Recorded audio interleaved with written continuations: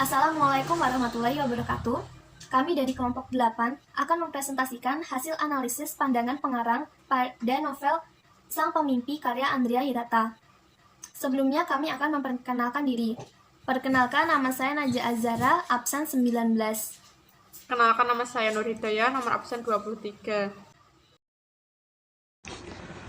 Okta Ramzi Saputra, absen 25. Nama saya Nicholas Diokumara, absen 22.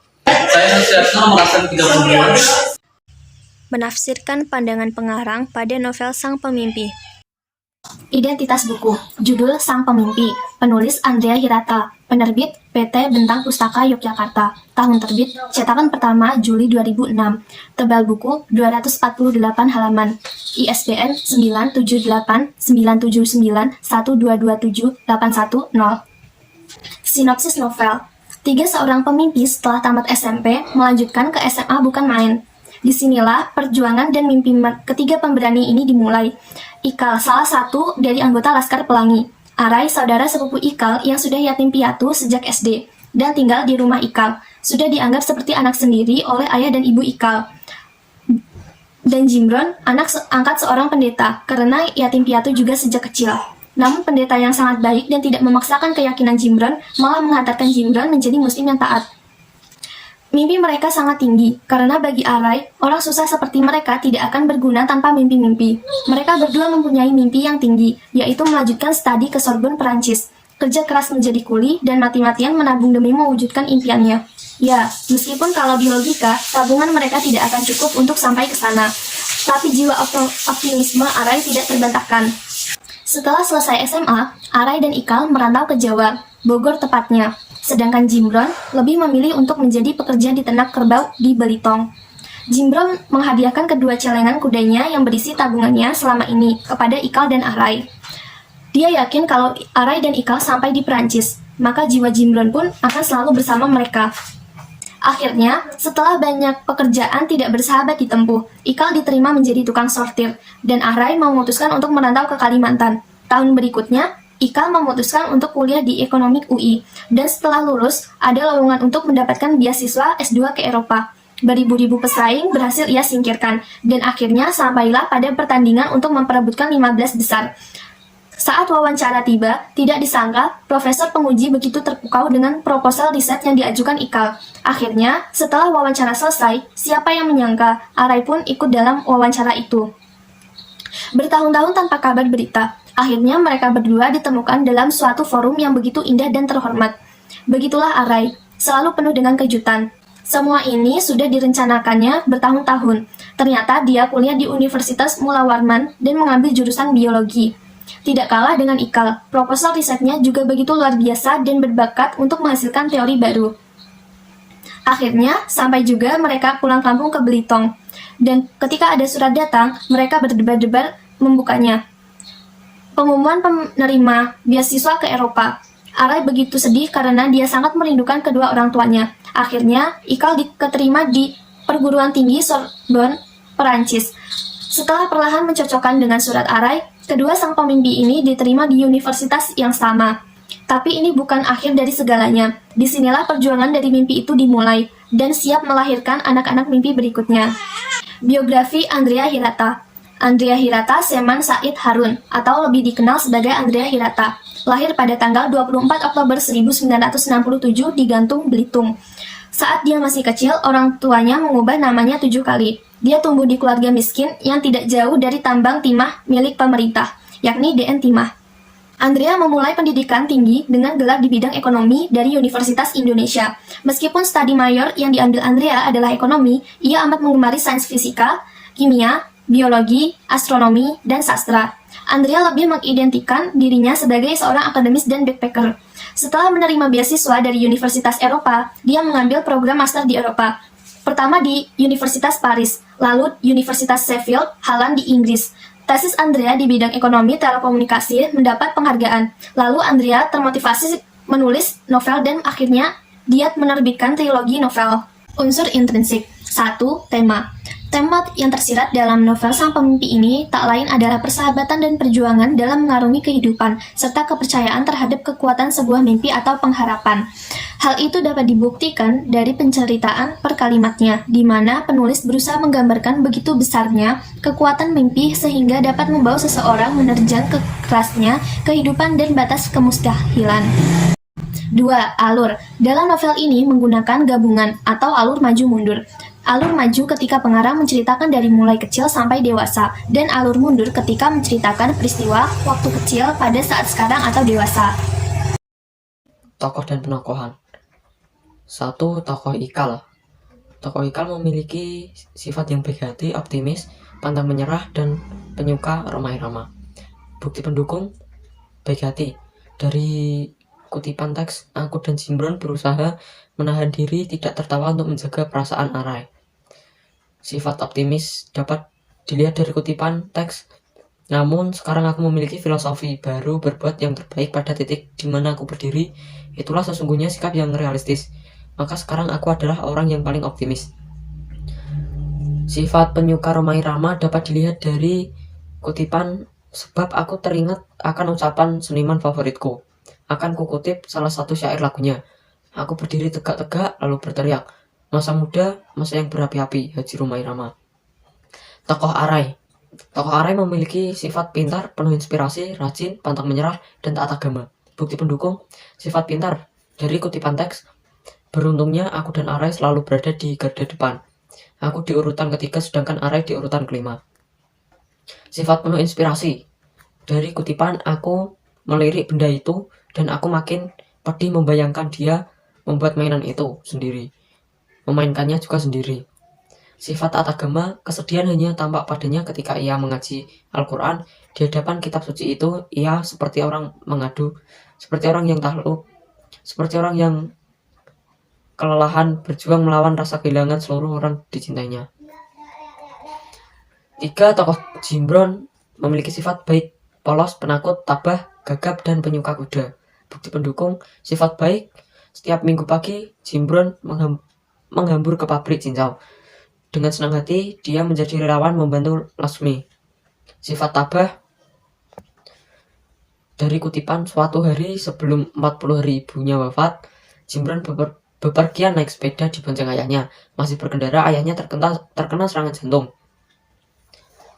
Sikap gagap dan penyuka kuda dikutip dari, saat dihukum membersihkan kamar mandi sekolah, peringkatmu boleh saja tinggal Kal, tapi kau tidak tahu apa-apa soal kuda Libya. Rahasianya adalah kuda Libya adalah kuda yang hot. Tokoh keempat adalah Ayah Ikal, memiliki sifat baik hati, penuh kasih sayang, pendiam, berwibawa, dan murah senyum. Bukti pendukung, ketika berpisah ayahku memeluk Arai dan mendekapku kuat sekali, tidak ada kata-kata untuk kami. Hanya senyum lembut, kebanggaan, dan matanya berkaca-kaca untuk kami. Hanya senyum. Beliau kehilangan karena tidak pernah sebelumnya kami meninggalkannya. 5. Tokoh Ibu Ikal, memiliki sifat baik hati, sabar, dan penuh kasih sayang. Bukti mendukung, ibuku memberi isyarat dan Arai melesat ke gudang.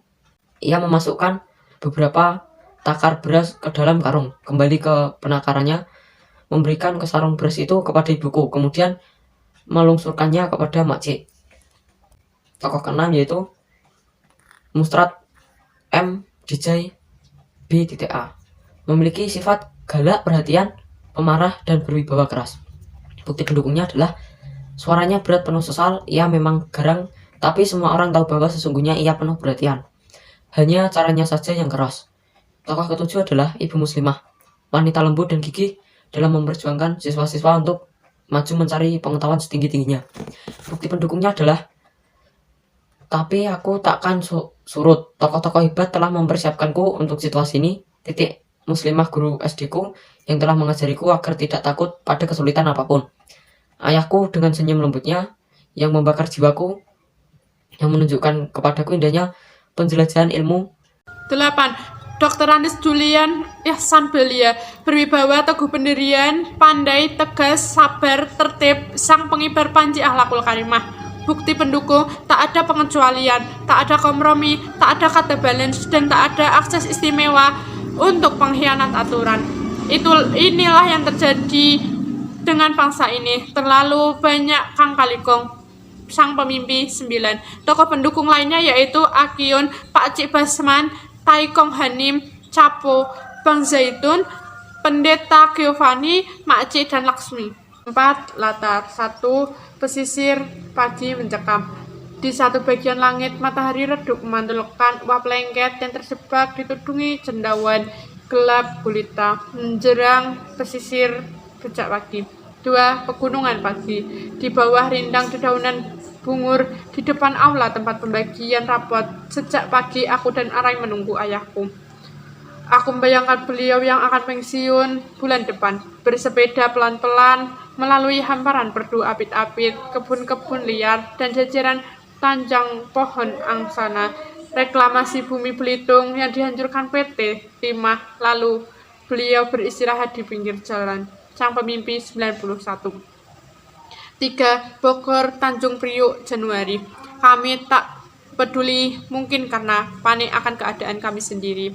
Berbulan-bulan di Bogor, berbekal selembar ijazah SMA, kami tak kunjung mendapatkan pekerjaan. Pada bulan keempat, dengan sangat terpaksa, kami memecahkan celengan kuda Sumbawa dan kuda sandal itu. Terbesit perasaan bersalahku pada Jimbron. Tapi apa boleh buat, melamar kerja pun perlu biaya. Jika masih begini, nafas kami tinggal 3 bulan di Jawa. Aku teringat pesan mualim untuk kembali ke Tanjung Priuk pada bulan Juli jika Jawa tak berempati pada nasib kami. Dan bulan Juli masih 7 bulan lagi. Berarti kami harus berhibernasi seperti hewan pengerat marmut yang hidup di pegunungan Alpen ketika musim salju. Sang pemimpi 236. 4. Jakarta, Tegang. Selamat datang di Jakarta, boy, kata kelas yang berbaju seperti Donald Bebek sambil menibar sebongkah besi tembatan kapal di bibir dermaga. Kami tak peduli lagi, ucapnya, karena Tegang akan menginjak Jakarta. Sang pemimpi 226. 5. SMA bukan main. Akhirnya kami memiliki sebuah SMA. Sebuah SMA ke Tanjung Pandan, 120 km jauhnya. Sungguh hebat SMA kami. Itu sebuah SMA negeri benar-benar bukan main. Sang pemimpi 6. 5. Sudut pandang. Andrea Hirata menggunakan jenis tulisan dengan sudut pandang orang pertama, aku, karena dalam novel ini lebih banyak menyebutkan aku. Bukti pendukungnya yaitu aku tak pernah kelelahan berlari. Tubuhku ringan, kecil dan ramping dengan rambut ikal panjang dan kancing baju yang sering tak lengkap. Jika berlari, aku merasa seperti orang Indian. Aku merasa menjadi layangan kertas kacang berwarna-warni. Aku merasa seumpama benda seni yang meluncur deras merambas angin. Sang pemimpi 141-142. 6. Amanat. Amanat yang disampaikan dalam sang pemimpi ini adalah jangan berhenti bermimpi. Hal ini sangat jelas pada tiap-tiap sebabnya, yang pada prinsipnya manusia tidak akan pernah bisa untuk lepas dari sebuah mimpi dan keinginan besar dalam hidupnya. Hal ini sangat jelas digambarkan penulis dalam novel ini dengan maksud memberi titik terang kepada manusia yang mempunyai mimpi besar namun terganjal oleh segala keterbatasannya. Unsur ekstrinsik. 1. Nilai norma. Normanya sebagai anak, Ikal pun menaruh rasa hormat dan sayang yang besar kepada sang ayah. Terbukti dengan sikapnya ketika menghadapi sang ayah saat mengambil rapot pendukung. Selesai menerima rapot, ayahku keluar dari aula dengan tenang dan dapat kutangkap keterharuan sekaligus keterbanggaan yang sangat besar dalam dirinya. Beliau menemui kami, tapi tetap diam. Dan inilah momen yang paling kutunggu. Momen ini hanya sekilas, yaitu ketika beliau bergantian menatap kami dengan jelas menyiratkan bahwa kami adalah pahlawan baginya. Dan kami ingin sekali dengan penuh hati menjadi pahlawan bagi beliau. 2. Nilai sosial. Tatanan masyarakat yang ada di tanah Melayu itu nilai-nilai yang hakikatnya abstrak namun merajalela di tengah-tengah kehidupan orang Melayu di Belitung. Andrea pun mencoba mengangkat itu melalui sebuah pencitraan yang lugas dan membumi. Salah satu contohnya seperti prosesi pengangkatan kepala kampung yang terkesan rancu dan tidak masuk akal oleh orang kota. Pendukung. Jika Aput memakan pulut panggang itu, maka saat itu pula ia dilantik jadi kepala kampung. Demikianlah prosesi di kampung kami sangat fungsional. Jika hujan berkepanjangan, pawang hujan akan mendapat kiriman pulut panggang. Jika buaya mulai nakal, maka dukun buaya dinobatkan sebagai kepala kampung. Jika anak-anak Melayu banyak lahir, sang Panji penguasa tali pusar itu dipastikan jadi ketua adat. Nilai religius. Agama merupakan pegangan hidup bagi manusia. Melalui agama, manusia juga dapat mempertahankan keutuhan dalam hidup bermasyarakat sekaligus menuntun untuk meraih masa depan yang lebih baik. Berikut ini adalah salah satu contoh data yang mengandung nilai pendidikan religius. Pendukung. Cimbron adalah seorang yang membuat kami takjub dengan 3 macam keheranan. Pertama, kami heran karena kalau mengaji, ia selalu diantar seorang pendeta. Sebetulnya beliau adalah seorang pastor. Karena beliau seorang Katolik, kami memanggilnya pendeta Giovanni. Rupanya, setelah sebatang kara seperti arai, ia menjadi anak asuh sang pendeta. Namun pendeta berdarah Italia itu tak sedikit pun bermaksud mengubah keyakinan Cimbron. Beliau malah tak pernah telat jika mengantarkan Cimbron mengaji ke masjid.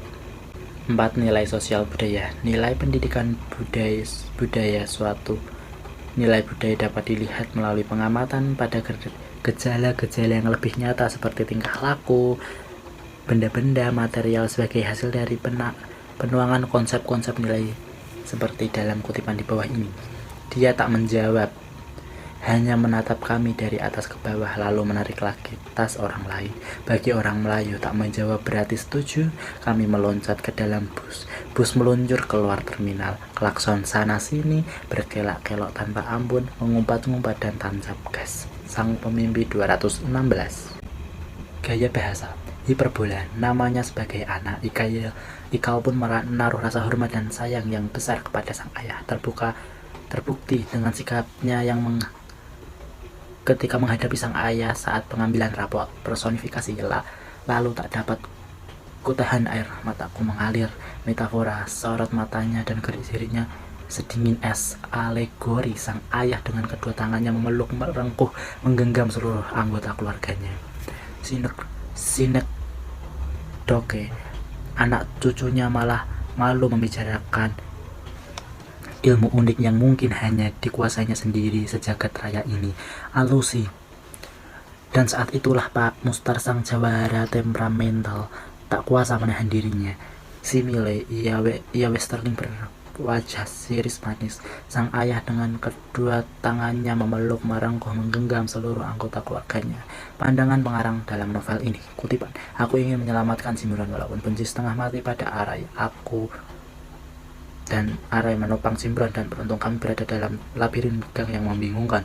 Analisis isi kutipan tersebut dapat dijelaskan bahwa walaupun Ika sangat benci kepada Arai, tapi jiwa penolongnya kepada Cimbron masih tetap ada dalam dirinya karena dia merasa walaupun bagaimana mereka adalah bersaudara. Kutipan kedua. Dan seperti kebanyakan anak-anak Melayu miskin di kampung kami yang rata-rata beranjak dewasa mulai bekerja mencari uang. Sang pemimpi 32. Analisisnya adalah masyarakat Melayu ketika mulai beranjak dewasa, kebanyakan mereka sudah mulai bekerja mencari uang untuk membantu keluarganya dalam mencukupi kebutuhan hidup. Kutipan ketiga. Cimbron adalah seseorang yang membuat kami takjub dengan 3 macam keheranan. Pertama, kami heran karena dia kalau mengaji ia diantar oleh seorang pendeta. Sebetulnya beliau adalah seorang pastor karena beliau adalah seorang Katolik. Tapi kami memanggilnya pendeta Giovanni. Rupanya setelah sebatang kara seperti Arai, ia menjadi anak asuh sang pendeta. Sang pemimpi 61. Analisisnya adalah pengarang menghadirkan tokoh Cimbron dalam novel Sang Pemimpi mencerminkan tokoh yang taat beragama dengan mengaji setiap harinya. Kutipan keempat, WC ini sudah hampir setahun diabaikan karena keran air yang mampet.